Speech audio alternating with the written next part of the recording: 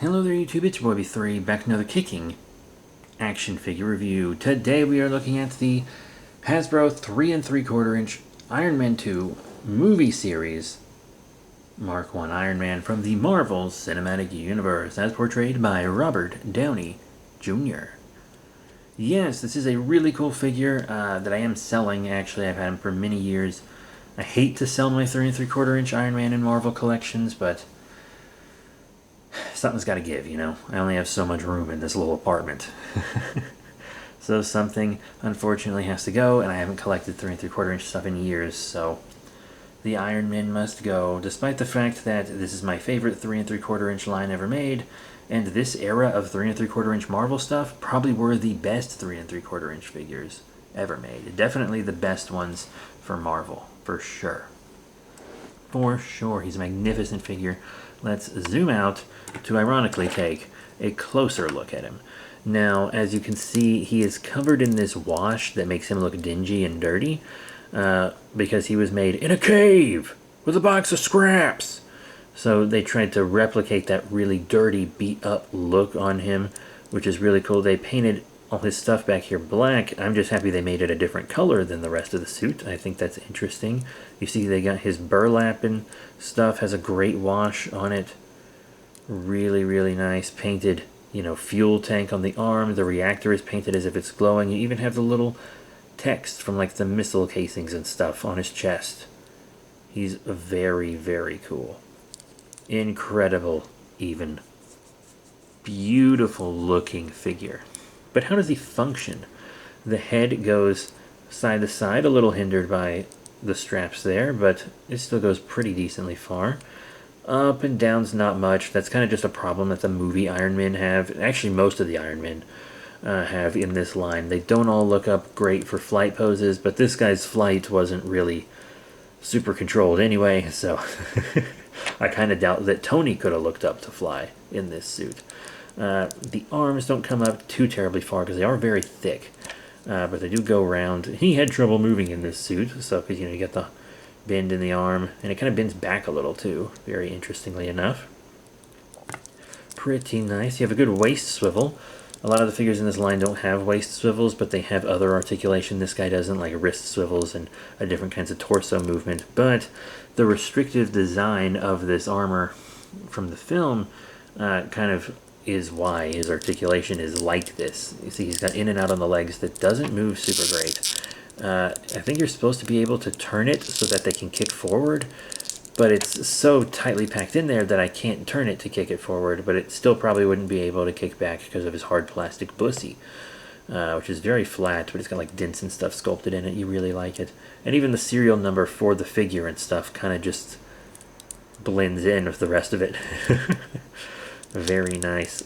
You have what's actually a pretty good 90-degree single knee bend, in all honesty, and it rotates out to the side. Oof, so that's pretty cool.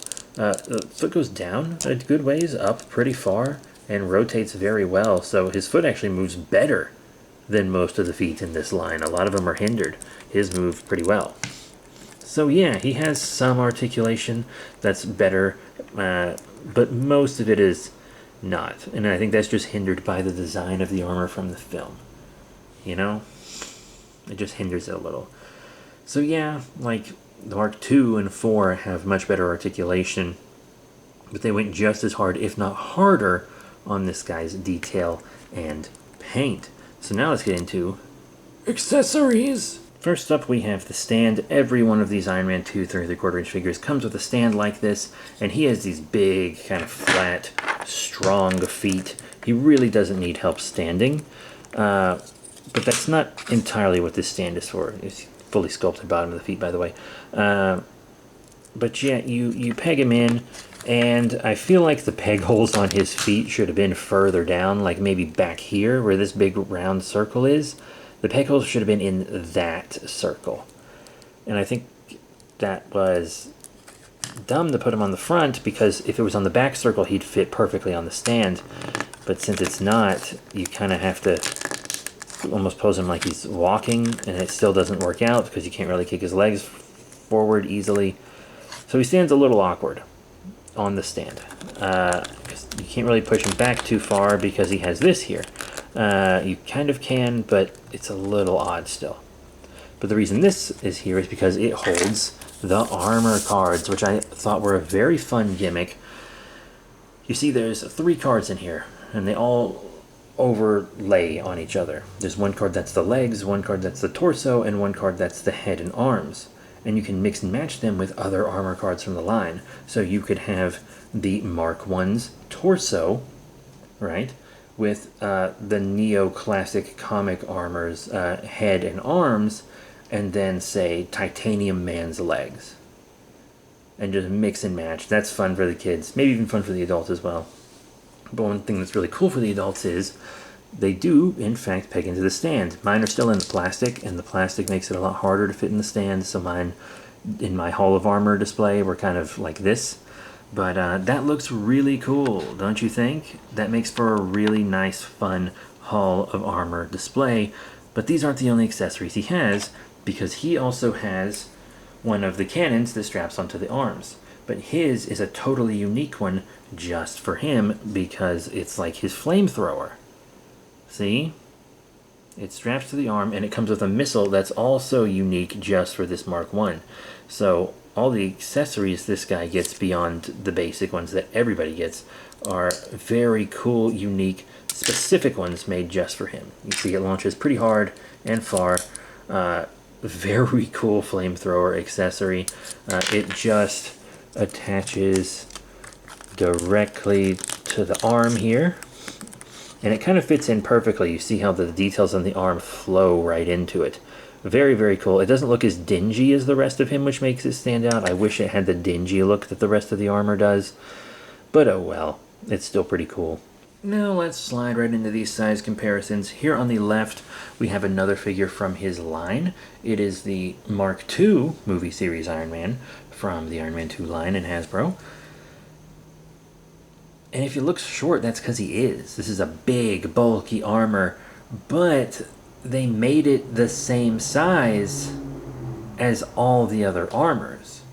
So I feel like it is actually a little undersized. The others aren't too big, it's a little small. You don't really care about that if you're not thinking about it, though. It's only noticeable if you're really thinking about it. But if you want to see some big bulk, you can check him out next to the Marvel Universe Thanos here on the right, also from Hasbro. This is probably the only 3 3/4 inch line that might be better than this Iron Man one, but the Iron Man one is still my favorite. Yeah, really cool stuff. Hasbro really killed it with both these toy lines. I feel like they were underrated. They really, really both were. Because I saw a lot of both of these lines on clearance back in the day. In fact, I think I got both of these on clearance. Not him, but both of these I think I did, for sure. I think I got almost every 3 3/4 inch Iron Man on clearance that I have. Oh well. They are all really cool figures. So he seems like he scales fine with this Thanos, but most Marvel Universes he might also be a little too short for. Because I do feel like this was a taller, bulkier armor in the film. And it just feels like it's... Or maybe I'm wrong. I could also just be wrong. But I do feel like this was a bit of a taller armor, because he did kind of stand over those terrorists that captured him, right? We're just going to have to see. Well, I mean, you're seeing it now. He's right next to the Mark II, and he does look too small. And just for reference, here he's with a 6-inch Hasbro Marvel Legends figure.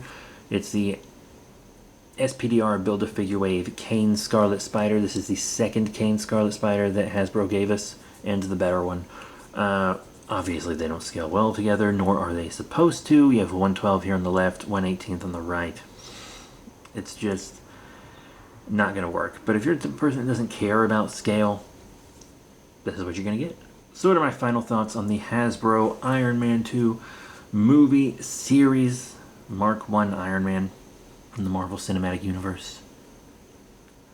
This figure has some more problems than a lot of figures in the line. His articulation is much more hindered due to just the character design. They did go pretty hard on the sculpt and paint, though he is a smidge small. A smidge small. His accessories are great. You know, he has the classic accessories from the line, but also an accessory that's fun in function, but visually unique to him. There's a lot that's great about this figure, but there's also a lot that kind of makes him come up short, literally and metaphorically, when compared to other figures in the line. Which is sad. It really is, because this is the armor that started it all in the MCU, you know? So I feel like it deserves a bit more respect. Even in the 6-inch line, they don't give this armor respect. I think a little while ago, they released like a 2-pack. I think it was Tony and the Mark 1. And the Mark 1 was like a really old version of the figure, I think, that they just repackaged. The Mark 1, I feel like, should be a big deluxe figure. But it just doesn't get the respect it deserves, I feel like. It's cool, it's just underappreciated armor, which leads to a figure that's equally underappreciated. So that is it. Thank you all very much for your support. Please remember to rate, comment, subscribe. Check out all the cool links down below, especially the store links if you want to purchase them. I don't know if he'll be in my physical store or my online store yet, because I'm going to price them and stuff all after this and package them up, complete with accessories. But it'll be a fair price, I can promise you that. So that's it. Thank you all once again. I'll see you all next time. Bye for now.